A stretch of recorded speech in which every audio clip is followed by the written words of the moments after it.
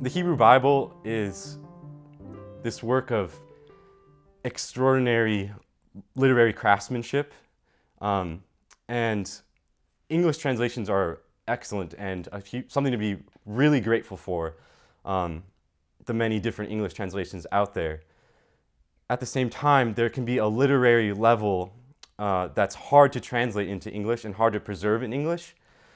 So, for example, whether it's word plays in the Hebrew, maybe a chiastic structure of a poetic line,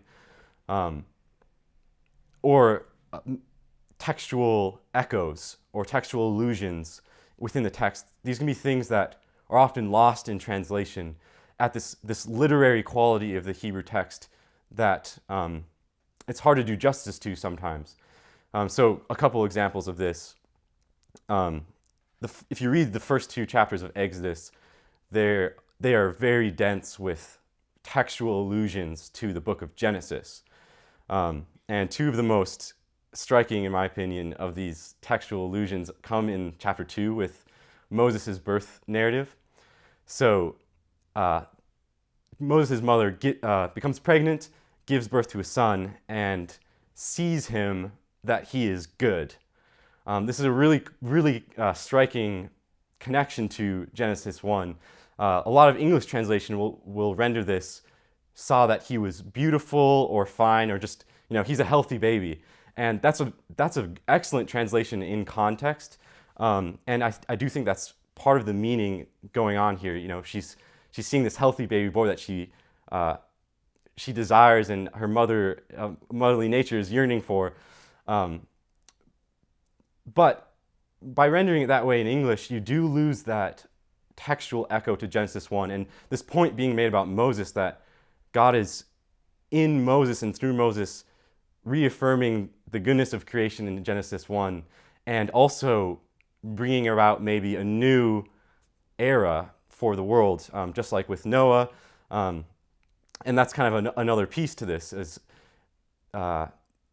when she's hiding Moses, she puts him in a teva, often translated basket of papyrus or reeds. And teva is a very rare Hebrew word, and it only occurs in two stories. It occurs in this Moses story, and it occurs in the story of Noah. So the teva is the ark. It's the ark. So by rendering it basket, that's a great contextual translation.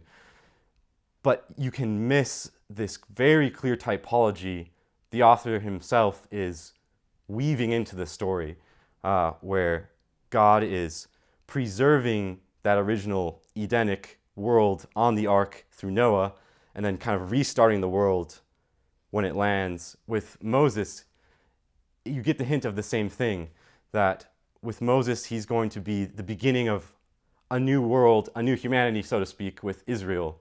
And those are things which you can miss in an English translation, and which knowing Hebrew can help you see things like that, these textual fibers that unite disparate sections of Scripture.